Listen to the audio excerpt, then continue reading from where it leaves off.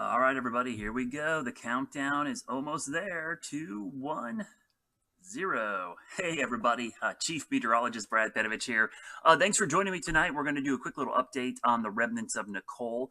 Real interesting setup here. Normally, with a setup like this, we would be really concerned about the potential for real heavy rain and strong winds with the remnants, and we're going to see some of that. But I'll be honest with you, I think the bigger threat with this system, outside of the mountains, if you're in the mountains watching, this is not to discount the flood threat there because I think that's legitimate.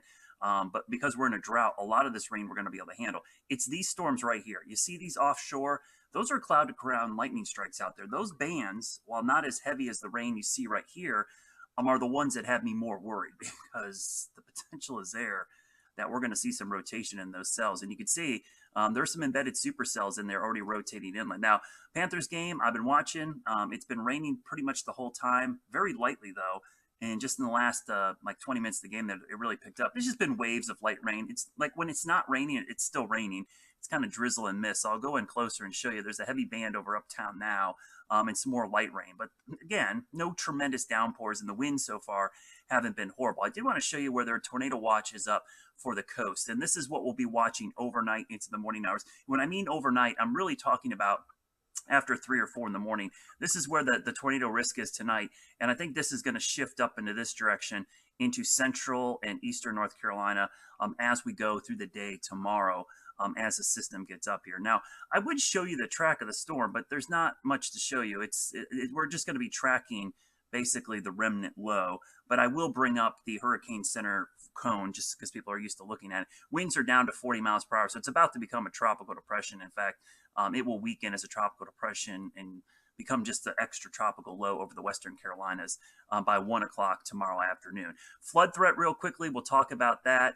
That is for the mountains and foothills. That is a flash flood watch, which is up obviously through tomorrow night. But the severe weather risk, I just talked about that tornado watch. You could see where the tornado risk is right now. The area in orange is really primarily where the tornado risk is tonight. The low area is just kind of an overflow area. And then tomorrow, you can see the setup here. So this is, typically when we show you severe weather outlook, it's going to be about hail, wind, or tornadoes. This is primarily tornadoes. And just to show you what I mean by that, the tornado outlook pretty much mirrors exactly the impact area for severe weather. And again, this is a chance of seeing a tornado within 25 miles of any point on the map. Tonight, it's pretty low until about 3 in the morning. After 3 in the morning, we'll start to see this shift up here.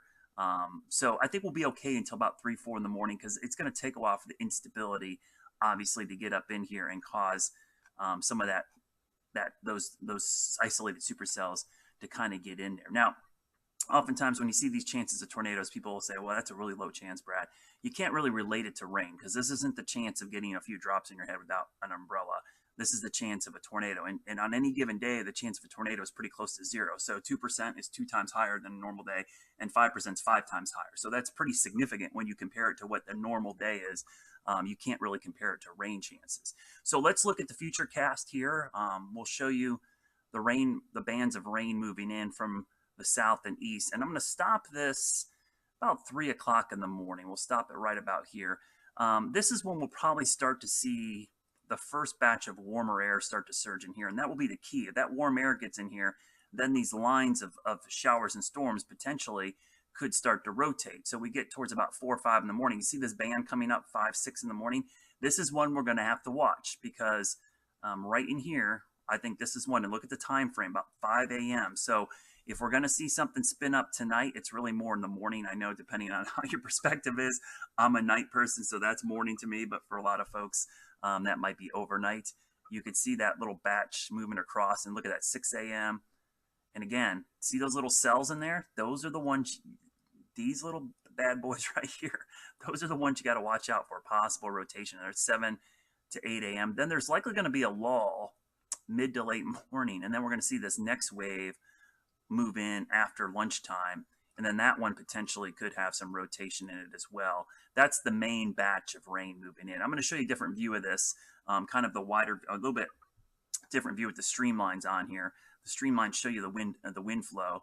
Same thing, shows that little batch moving through mid to late morning, and then a lull, and then here comes the main batch around the middle of the day. And notice how the wind shifts. Notice here, the winds are coming from the east. If you want to know when the severe weather is going to happen, east wind is not necessarily a bad flow. Northeast is cool.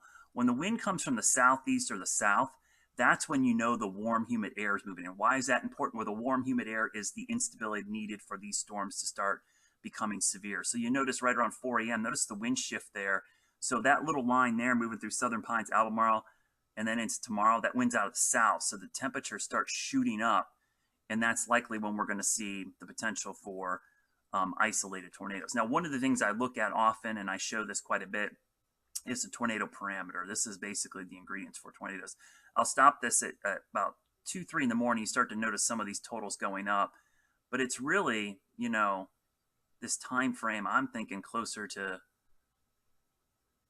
6, 7 o'clock. You see maybe a 0.5 in Charlotte. I mean, that's not super high, but you kind of get the idea. That's not high. In the springtime, I'd be like, that's not a big deal, but there's so much shear in the atmosphere that we don't need a ton of those ingredients. The atmosphere is going to help us out. And the rotational tracks tell you a lot as well about, you know, what storms could rotate. There's a couple in there, you know, that line moving through between 5, 6, 7 a.m. Yeah, there's a few of those that'll be rotating briefly. And the thing about tropical tornadoes, they spin up very quickly and they're gone quickly. So these are really the worst thing to warn for, because they just pop up so dang quickly and they're in and out of here, you know, before you know it. So let me show you the timing of all this. This is a graphic I love sharing with people to kind of show you the setup there. So you get the idea there, you know, starting about 2 to 4 a.m., we'll start to see a severe weather risk, and then the threat for severe weather goes down. Now, I haven't even talked about the wind, because it's obviously a tropical system and people immediately will think about wind. There is going to be some wind, but not as much as you might think. Tonight we've seen, these are the gusts, by the way, not sustained. Northeast winds around 20 to 25, and that's the same story through the morning. Now, when we see the winds pick up, it's actually as the main circulation and that band gets here tomorrow afternoon. If you look carefully, the winds out of the south here, this is the highest wind gusts, getting close to 30 to 35. That's why I said overall I'm not super concerned with the strong winds, because this isn't the type of wind that's going to be high enough to usually bring trees down. And the fact that we're in the fall and most of the leaves are either off or falling means there's less surface area for the wind to push on. And that's a good sign, because that means it's harder to push trees over. But if you saturate the soils enough, you can get some of the trees to come down. You can see as the winds shift around to the northwest, everything moves out of here. Now the rain is not something to scoff at completely, especially if you're in the mountains and foothills. I'm going to show you the 7-day rainfall forecast, which is pretty much encompassing this rain. But you can see those totals in the mountains. Those are impressive, because for a while tonight and early tomorrow, we're going to have northeast wind or southeast winds intersecting the mountains there, and that will lift the air and create a lot of heavy rain there, which eventually could cause some flash flooding. So before I go, and people want to get back to the game here in a minute, I wanted to do something real quick. I'm actually going to do this live as I'm talking to you, just to show you them live. I'm going to add the temperatures in here, because I think it's important to kind of show you the temperatures overnight. So let me stop that right there. Hopefully that's going out. I'm editing this, so you guys can't see it, but you will in a minute. So bear with me as I edit this in real time. So I threw the temperatures on our Futurecast, because I wanted to show you how the temperatures actually, you see it's 70 degrees in Sherall right now. Is it actually 70 degrees? Let's look at the real-time temperatures, because this will kind of tell you. These are the current temperatures. That's actually a forecast temperature. So yeah, it's close to 70. So what I'm watching is the warmer air is starting to surge in from the south. And why is that important? Well, if you missed the top of the stream, the warm air is the fuel for storms. If we get into the warm air sector, then you start getting more worried about stronger storms moving in. Dew points are as well, because it's not just warm air, it's humid air. And yeah, boy, dew points are shooting up into the 60s here. So that's kind of where the humid air is right now. That's why I wanted to throw them on the Futurecast, because it'll help show us how the warm air and the radar overlap. So we'll go through time, and I'm going to stop this again at 2 or 3 in the morning. So we'll stop this at 2 a.m. And you can see down here, we might have to watch these storms, because notice the temperatures are in the 70s. We're actually going up close to 70. And I do expect this tonight. The temperature will go up overnight as the warm air surges in. It switches to the south. Look at 4 a.m. the temperature jumps up to 70. Now you know you're in that hot, humid air mass. So yeah, this line here, yeah, we got to watch that for rotation. So any storms that form in the warmer, humid air, now you're in that warm sector, which is the sector of the atmosphere where you can get severe storms. We go into the morning hours, upper 60s. We're back in the 70s. Man, look at that, almost pushing 80. If the sun comes out there, watch out. So midday tomorrow could be really interesting as this main line moves through. There's the main batch around 4 o'clock. Big burst of rain. We might even see some minor flash flooding there. That's probably the flood threat. It's going to be right in here, middle of the day tomorrow. And then we go into the future tomorrow night. The low shifts to the northeast. Temperatures start to fall. The winds shift to the northwest. And that's when cooler, drier air moves in. Marathon runners, Saturday morning, 50s. Not too bad, climbing into the 60s. Saturday, reinforcing shot of cold air from the cold front here comes blasting through. And yeah, there could be even a little bit of mountain snow going into Sunday morning. And here comes the cold air for Sunday morning. So that should give you a really good idea right there of the evolution of that. So if you're looking for a time frame, charge those phones up. 3, 4 in the morning would be the first threats we could see. And as always, I tell people this all the time during severe weather season. I think this is really important for overnight events. Everybody, you know, your smartphone is going to be your friend here tonight. Make sure it is fully charged up. Make sure you have the volume on. Everything's turned on. You have to crank it, but loud enough it's going to wake you up. Maybe keep it plugged in and charged. Have at least 3 ways to get warnings. Those wireless emergency alerts are built into your phone. Our app will send you alerts.